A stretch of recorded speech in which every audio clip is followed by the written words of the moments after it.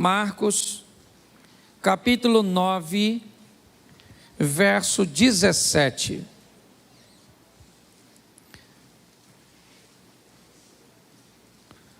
Diz assim: um homem no meio da multidão respondeu: Mestre, eu te trouxe o meu filho, que está com um espírito que o impede de falar. Feche seus olhos mais uma vez. Pai, muito obrigado por tua palavra. Continua falando conosco. Usa-me como um canal de bênção nesta hora, pelo poder do nome de Jesus. Amém. Glória a Deus. Amém. Eu quero fazer uma comparação, uma analogia hoje da situação deste homem e de como ele se posicionou mediante aquilo que ele estava enfrentando. Porque muitas vezes existe muita similaridade entre o que nós vivemos e o que esta passagem busca nos dizer.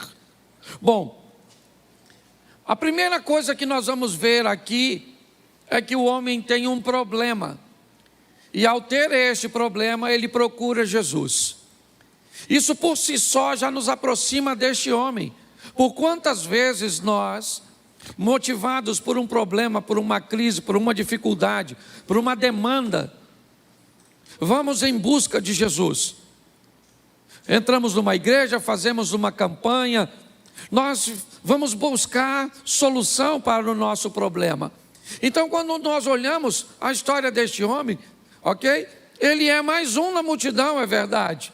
Ele é alguém que está no meio da multidão, e o que ele foi fazer ali? Ele foi levar sua causa para Jesus, porque ele acredita que Jesus pode resolver seu problema, pode resolver sua causa.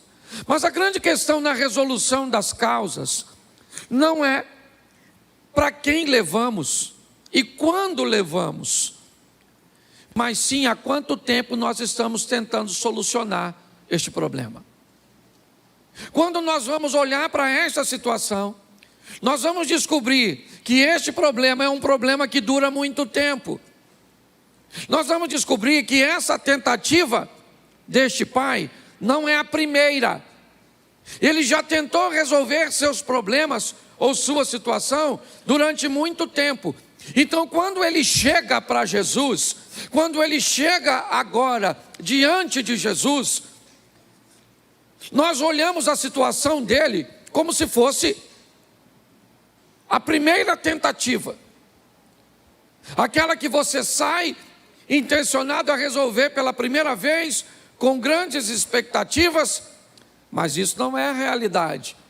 Como muitas pessoas já fazem muito tempo que elas estão buscando uma solução para a sua situação econômica, uma solução para seu relacionamento conjugal, uma solução para o ajuste de seus filhos. Nós temos que dar uma olhada no histórico dessa pessoa, porque quando nós olharmos o passado, de onde ela está vindo, aqui nós estamos no presente. Trouxe-te o meu filho, é verdade, eu trouxe o meu filho que tem um espírito que o emudece, que não deixa ele falar, e eu trouxe para o Senhor. Tá bom, crente, mas vamos entender como está a sua vida ou sua situação. Me ajude aí, por favor, colocando o seguinte texto, o verso 18 agora. Eu vou usar bastante, viu? Então me ajude aí quem está aí. Marcos 9, 18. Onde quer que o apanha, joga-o no chão, ele espuma pela boca, range os dentes, fica rígido. Pedi aos teus discípulos que expulsassem o espírito, mas eles não conseguiram. Preste atenção, porque o homem que acaba de chegar diante de Jesus, ele está vindo de uma experiência altamente negativa e decepcionante. Ele pegou sua causa e colocou diante dos discípulos.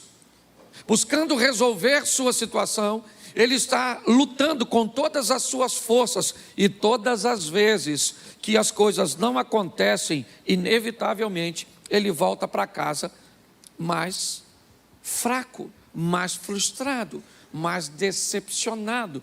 Por quê? Porque ele gastou grandes expectativas para resolver a situação naquele lugar.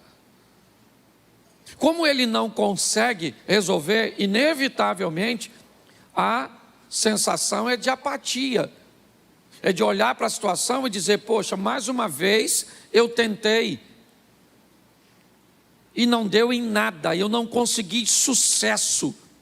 O que eu quero que você entenda é que muitas vezes, antes de chegar ao endereço certo, na pessoa certa, diante de Jesus, você pode ter passado pelos discípulos, você pode ter passado pelos reis, como foi o caso de Naamã no Velho Testamento. Muitas pessoas hoje chegam aqui oriundas de ambientes que a decepcionaram, de um pastor que se corrompeu, que adulterou, que administrou mal, que tratou mal, certo? De um casamento que houve traição, que houve isso e que houve violência, de filhos que caminharam por pecado, por situações profissionais, onde pessoas te traíram, puxaram o teu tapete, certo? Abusaram de você. Eu não sei de onde você veio. O que eu sei é que todo mundo que está aqui tem passado. E quando nós olhamos para as pessoas, muitas vezes nós sequer somos sensíveis o suficiente para parar para pensar de onde essa pessoa está vindo. O que é que ela já viveu? O que é que ela já sofreu para chegar até este presente momento? E pior, qual é o nível de expectativa que hoje ela nutre a nosso respeito como pastores, como líderes? Quanto mais decepcionadas e feridas elas vêm, mais vagarosas elas chegam, mais observadoras elas chegam, porque, sabe a história do gato escaldado? Tem medo de água fria? É mais ou menos assim. O que este homem faz é vir de situações decepcionantes, de coisas que o feriram, o machucaram, e agora? Agora ele está diante da pessoa certa, porém, com o coração ferido pelas pessoas erradas. Muitas pessoas, quando chegam num ambiente que pode resolver as coisas, você quer ver? Um cara está 38 anos, João capítulo 5, 38 anos, ele está paralítico. E ele então vai para um lugar, o tanque de Betesda, onde ele acha que vai obter cura. Tá certo, ele está lá, mas ele tem dificuldade. Sua paralisia o impede de acessar o tanque. Há uma tradição que diz que uma água se movimenta de forma involuntária, e quando esse fenômeno acontece, aquele primeiro que cair na água fica curado. Um belo dia, Jesus está passando lá. Ele sempre quis ficar curado. E quando Jesus chega perto dele, Jesus pergunta: queres ficar são? Qual era a resposta? Qual era a resposta? Qual era a resposta? Sim. Sim! Quero! Me cure! Sabe o que ele falou? Moço, deixa eu explicar uma coisa para o senhor. Não há tristeza, moço. Ver esse pessoal passando aí, ó, ninguém nem liga para mim. Sabe? Ninguém nem liga, eu estou cansado. Ninguém faz nada a meu respeito. Era só falar sim. Mas o que ele está dizendo é o seguinte: eu estou tão machucado pelo o que fizeram comigo até hoje, que eu estou diante da oportunidade de me dar a minha vida e não consigo mudar. Hoje, você está achando que esse texto é diferente de nós? Não é não, querido. Muitos de nós estamos tão feridos, estamos tão machucados, estamos tão decepcionados, que muitas vezes viemos a um culto maravilhoso que muda a vida dos outros, mas não muda a nossa. Por quê? Porque as feridas, normalmente, elas acabam impedindo o agir de Deus. Nós estamos olhando para um texto, este homem está tendo o privilégio de falar com Jesus. Jesus perguntou: o que é que está acontecendo? Ele foi lá e falou: olha, sou eu que trouxe-te o meu filho, que tem um espírito que o emudece, que faz com que ele não fale. Esse espírito apanha ele de uma forma tão violenta, que ele fica todo rígido, espuma a boca, e parece que vai morrer. E aí Jesus faz uma pergunta para ele, no verso 21. Coloca aí. Jesus perguntou ao pai do menino: há quanto tempo ele está assim? Isso faz diferença para Jesus, sim ou não? Sim ou não? Mas faz diferença para quem? Para o pai. Para Jesus não faz diferença há quanto tempo tua vida está ruim, teu ministério não anda. Para Jesus não faz diferença há quanto tempo você está com câncer, que tipo de câncer é. Para Jesus não interessa se você está falido, se você está rico, não interessa nada para ele o tempo. Mas ele pergunta para o pai: há quanto tempo isso acontece? Porque ele precisa entender o que está acontecendo dentro do homem, porque você já vai descobrir por que esse negócio vai dar certo. Quando Jesus pergunta: há quanto tempo acontece isso? O homem diz: desde da infância. Isso eu estou enfrentando, esse abuso que o pai, que o tio, que o avô fez desde quando você tinha 6, 7 anos. Essas questões domésticas que fez com que você se tornasse um adúltero, um infiel, um promíscuo, alguém violento. Essas questões econômicas que fizeram com que você gerasse uma compulsão para gastar, para não administrar dinheiro. Quando nós olhamos para a história, o que Jesus está perguntando é: eu preciso saber quanto tempo isso está acontecendo na sua vida, para que eu possa entender como você vai reagir agora que você chegou no lugar certo. Porque às vezes as pessoas gastam tantas energias em lugares errados, com pessoas erradas, em situações equivocadas, que quando chega no momento decisivo, elas não conseguem agir de forma a fazer as coisas acontecerem na vida dela. A grande preocupação que eu tenho com o não acontecimento de fatos na vida das pessoas é porque eu sei que se você vem ao culto, alguém faz uma promessa ou fala alguma coisa com você que não cumpre uma vez, 2 vezes, 3 vezes, 10 vezes, depois de um tempo você não acredita mais no que sai do púlpito. Inevitavelmente, transformações, acontecimentos, fatos, milagres, eles têm que acontecer na nossa vida. Por quê? Porque primeiro, porque Deus é poderoso para fazer e Ele não mente e diz que faria. E segundo, porque se isso não acontecer, inevitavelmente, para você, a fé é morta. É assim que funciona. Quando nós olhamos, Jesus pergunta: há quanto tempo ele está assim? Note que Jesus pergunta para o pai há quanto tempo o seu filho está assim. Ele não pergunta ao menino. O problema não é o menino, é o pai. O pai foi que procurou, é ele que está atrás da solução. Então Jesus precisa saber como é que está o coração dele. Por quê? Porque às vezes a gente entra num culto aqui, igual eu estava sentado ali, louvando a Deus com os meus lábios, mas o meu coração estava longe no fato que aconteceu. Eu estava cantando um hino, pensando em outra coisa. Por quê? Porque o fato que aconteceu tomou minha mente de assalto, levou minha mente para aquela situação.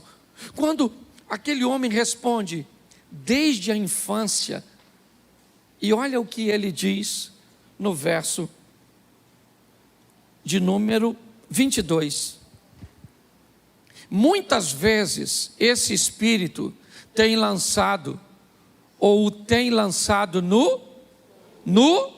e quando lança alguém no fogo, durante muito tempo esse alguém precisa cuidar de suas queimaduras. Preste atenção. O caso que este homem está enfrentando são coisas que machucam sua alma. Me parece que o propósito aqui não é falar de feridas físicas, não, porque senão nós estaríamos falando do menino. Quem está queimado fisicamente é um menino, mas quem está extremamente dolorido, machucado, ofendido, decepcionado, angustiado é o pai. O pai está dizendo: olha, isso que acontece, pega o meu menino e joga ele no fogo, joga ele procurando matá-lo. Eu não estou aguentando mais, moço. Eu já fui onde tinha que ir, eu já fiz a campanha que tinha que fazer, eu já botei um copo d'água em cima da televisão, eu já dei uma oferta, eu já fiz isso, eu estou cansado de tudo isso. Jesus está desvendando o coração dele, porque a Bíblia diz que o que move Deus é um coração contrito e quebrantado. E o que as dores tentam fazer? Cauterizar seu coração. Entendeu? Qual é o grande problema? Por que essa resistência precisa ser estabelecida? Porque é ela que vai deixar seu coração duro, porque ela vai transformar você num religioso, alguém que quando alguém pergunta: por que você vai na igreja hoje? Porque hoje é domingo, pastor Lessa, é dia de ir na igreja. Nota 0 para a resposta. Não, por que eu vou? Eu vou porque eu vou cultuar o meu Deus, dar o melhor de mim, porque Ele foi extraordinário essa semana, isso aqui passou, e com certeza essa semana que vai vir agora vai ser extraordinária, e eu sou grata, eu quero lá dobrar meu joelho, eu vou dar minha ofertinha. Ah, mas ela é pouquinha, mas é o que eu tenho, e louvado seja o Eterno, que ninguém se meta na sua oferta, na sua vida, na sua oração, uma vida com Deus. Mas se começa a te machucar, sabe como é que você vem para a igreja?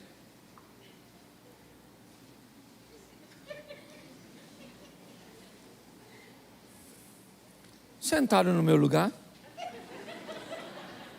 Eu sento todo. Ah, eu queria sentar naquela cadeira vermelha lá do pastor Leza. Nossa, não pode não. Então também não quero sentar em lugar nenhum, quero sentar no inferno. Não, você já viu? Pare e pense. Eu gosto, porque me parece que Jesus está investigando, porque não faz sentido ele perguntar quanto tempo o demônio está, porque senão, desde a infância, nossa, ou então você volta outra hora, porque o demônio familiar assim, é difícil, já está há tanto tempo. O problema é o pai, Jesus está desvendando, e agora o pai vai dizer: olha só, mas se podes fazer alguma, tem. E ele achou que os discípulos iam expulsar os demônios, sim ou não? Ele achou que as tentativas dele anteriores iam dar certo, sim ou não? E ele está diante de Jesus, e o que ele falou para Jesus? Vê se o senhor pode aí. Vê aí se dá para dar uma moral pro meu garoto. Vê se dá para expulsar. Gente, tem gente que está há tanto tempo decepcionado que quando chega na hora de resolver, aí sabe o que a gente diz? Isso é falta de fé, por isso que tu não recebe, entendeu? A pessoa já está lascada, a gente ainda lasca mais. Você já viu alguém assim? Seu filho morreu? Por quê? Porque você desviou. Se você estivesse no caminho do Senhor, ele estava vivo.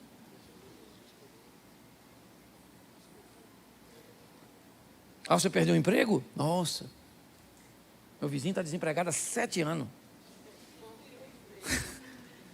Tem gente que parece que se eu conversar com ela, sabe o que ela faz? Amarra uma pedra no seu pé e joga dentro do mar.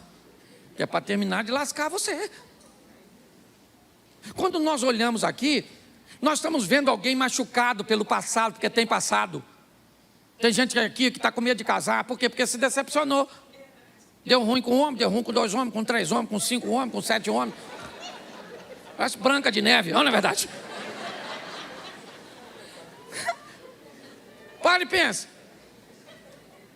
Porque o passado, nossas derrotas, inevitavelmente, elas trazem danos.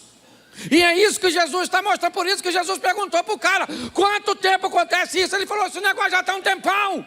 Os demônios querendo matar meu garoto, joga o menino no fogo, joga o menino na água, meu filho está parecendo o X-Men. Agora, se o senhor pode fazer alguma coisa, vê se dá para ajudar. Com quem ele falou isso? Com o chefe dos crentes. E se tem uma coisa que Jesus é franco, Jesus não vai dar mole para ele. Olha o que Jesus diz no verso seguinte: se podes, disse Jesus. O que ele perguntou para Jesus? Se pode, o senhor liberta meu filho?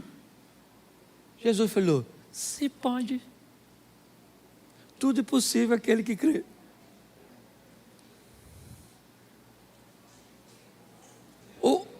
O camarada jogou a bola para Jesus. E Jesus fez assim, ó. Toma de volta. Se você puder, o que Jesus está dizendo? Deixa eu falar uma coisa para você, camaradinha. Você está chateado, frustrado, meus discípulos, os demônios, os vizinhos, a sogra, o marido, a esposa, o Lula, Bolsonaro, tudo, tentando acabar com a sua fé, desmoronar o seu coragem. E se no meio de tudo isso você conseguir sobreviver, tudo é possível aquele que crê.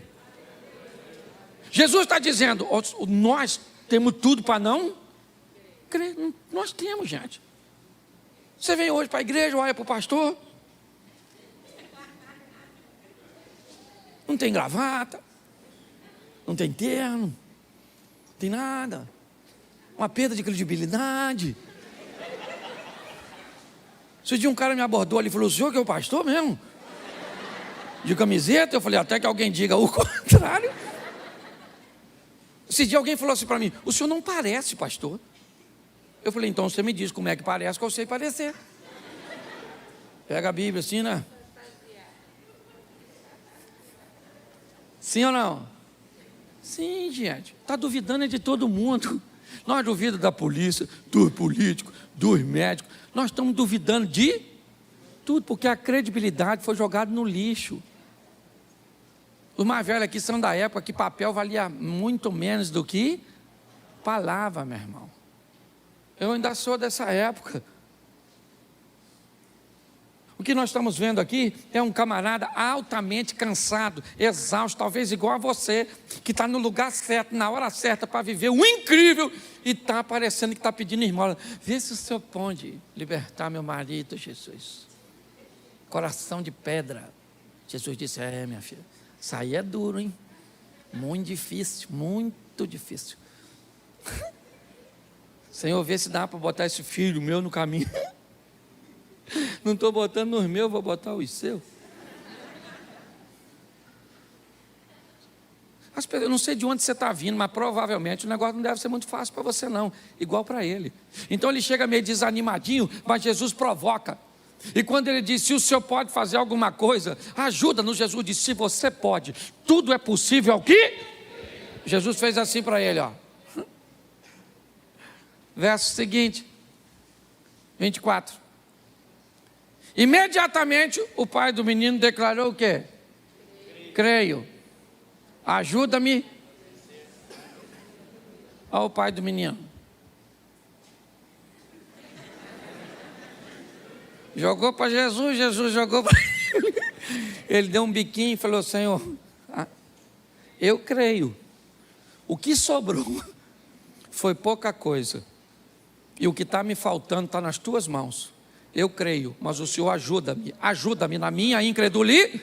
porque eu não tinha condições de ter nada. Não devia acreditar em casamento, acreditar em filho, acreditar em igreja, acreditar em governo. Aliás, eu não tinha nem condição de acreditar no Senhor. Eu só acredito no Senhor porque o Senhor me dá força para acreditar no Senhor mesmo. A verdade é essa, irmão. Aqui não tem super-homem, não. O bagulho é doido. A vontade de pecar está em todo mundo. Está assim, ó. É que ninguém fala para não ficar vergonhoso. É difícil para todo mundo, sim ou não? Sim ou não? Isso aí. E é isso que está acontecendo. Ele diz, eu creio. Quando eu pergunto para você assim, você crê que vai viver seu milagre? O que você diz? Mas crê. Você é igual o pai do menino. Eu creio, Senhor. Ou melhor, eu preciso crer. Ou melhor, eu tenho que crer. Ou melhor, eu quero crer. Ou melhor, não creio. Ajuda. Na minha, é assim que funciona, querido. E é isso que ele está dizendo. E quando ele faz isso, verso seguinte. Olha aqui. Quando Jesus viu que a multidão estava se ajuntando, repreendeu o espírito imundo, dizendo, espírito mudo e surdo, eu ordeno que o deixe nunca mais. O espírito gritou, agitou violentamente e saiu. O menino ficou como morto, ao ponto de muitos dizerem o quê? Jesus acabou de fazer um milagre. E o que o pessoal falou? O que ele falou? Ele matou o garoto. Matou o menino lá, paradinho, ó. Ele matou. Agora resolveu, hein? Agora ele matou o menino. Escute. Quando nós olhamos para isso, as pessoas estão em volta dizendo, será que ele vai... Não, mas é um demônio que está há muito tempo. O pai dele diz que joga ele. Nossa, é uma coisa violenta. Mas todos os discípulos, não, porque a questão, gente, não eram os discípulos. Não era o menino. Era o homem e Jesus. Foi o homem que foi procurar Jesus para resolver um problema dele. É importante você entender isso. Este relacionamento que nós estamos propondo não é entre você, sua mãe e Jesus. Não é entre você, seu pai e Jesus. Não é entre você, sua esposa e Jesus. Não. Aqui é você e Jesus. Independente de seu pai, independente da sua esposa, independente. Não é assim que funciona. Muitas pessoas me parece que estão aguardando uma mudança condicionada.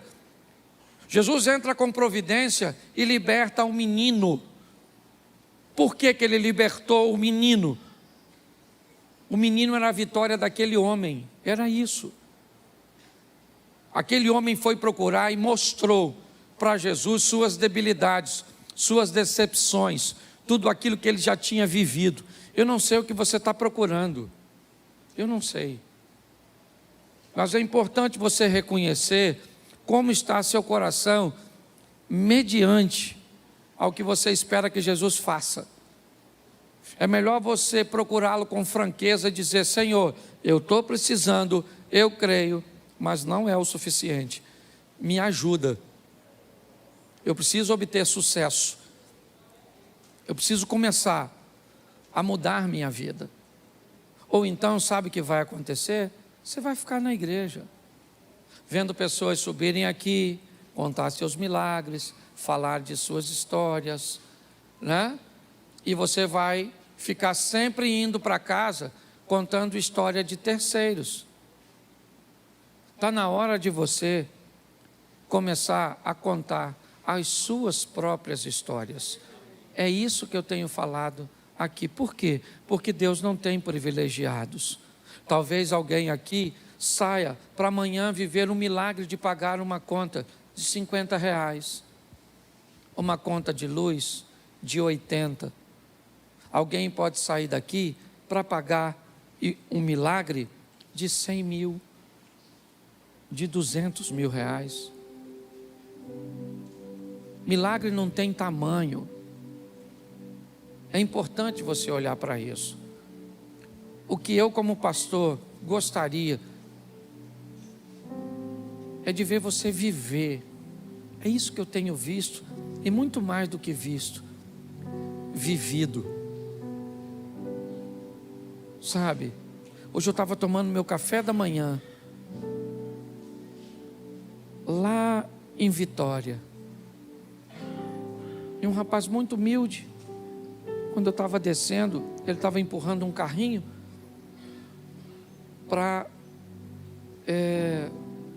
de café, que ele estava entregando café nos quartos por causa da pandemia, e eu tinha descido, e ele me perguntou se ele poderia entrar no elevador comigo, porque o funcionário não poderia entrar com aquele carrinho, e ele devia estar atrasado, e eu disse, claro.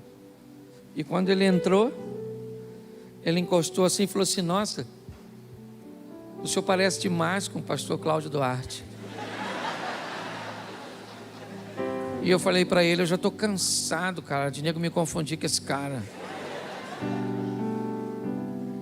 Aí chegamos no térreo, ele pediu que eu saísse, eu falei, não, eu seguro a porta, você sai. Aí ele saiu, aí ele falou, muito obrigado. Aí eu falei assim, pô cara, eu estou brincando com você, eu sou o pastor Cláudio. Ele falou, poxa, que legal, eu sou lá de Fortaleza. Aí eu fui, fiz o check-in, voltei, sentei para tomar meu café. Ele se aproximou, não é hábito de funcionários de hotel fazer isso, e começou a falar de como meu ministério fez diferença na vida dele. E o cara começou a ministrar no meu coração, falando das pessoas que me chamam de palhaço, que falam mal de mim, que não me entende, que não vê seriedade em mim. Mas ele começou a me dar testemunho de pessoas que mudaram de vida por causa. Então deixa eu falar uma coisa para você, se as pessoas vão te entender ou não, isso é problema delas. Que você tem que ter uma vida íntegra, que não dê a pessoa mais te acusar de pecado. Outra coisa, você quer viver bem, se você não precisa da aprovação das pessoas, pare de se preocupar com as críticas delas. Vai viver o extraordinário ao lado de Deus, pois é isso que Ele tem para você. Saia daqui, sabe? Apesar de todo o seu cansaço, a sua decepção, as suas tragédias, as suas debilidades, a ausência de recursos e tudo isso, que você não está sozinho não, meu irmão. Está cheio de garotão aqui, ó, de moleque, aqui, desculpa a expressão moleque, porque é gente nova, saindo de famílias humildes, de interior de todo o Brasil, para tentar sucesso aqui. Gente que às vezes não tem onde morar, não tem o que comer direito, não tem dinheiro para comprar, ou para pagar uma passagem, certo? Para ir treinar, e muitas vezes vão treinar sem café, porque gente que está correndo atrás do sonho, está assim de gente que já sofreu pra caramba, mas está lutando. Não desista não, meu irmão.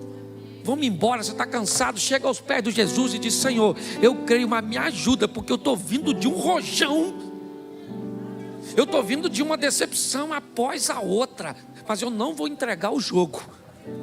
Eu sei que agora eu cheguei. Quando eu digo lugar certo, não é por causa da igreja não, é o lugar, a hora certa. Você está diante do Pai, fala com Ele, para que você viva seu milagre. Sabe, eu quero que você suba aqui e diga, ó, eu vivi o extraordinário. Tem gente vivendo coisa que eu nem posso contar aqui, igual o testemunho do cara que morreu, que a mulher queria dar, eu não deixei. Feliz porque o marido morreu. Coisa de doido. E pior que deve ter sido livramento para coitado mesmo, né?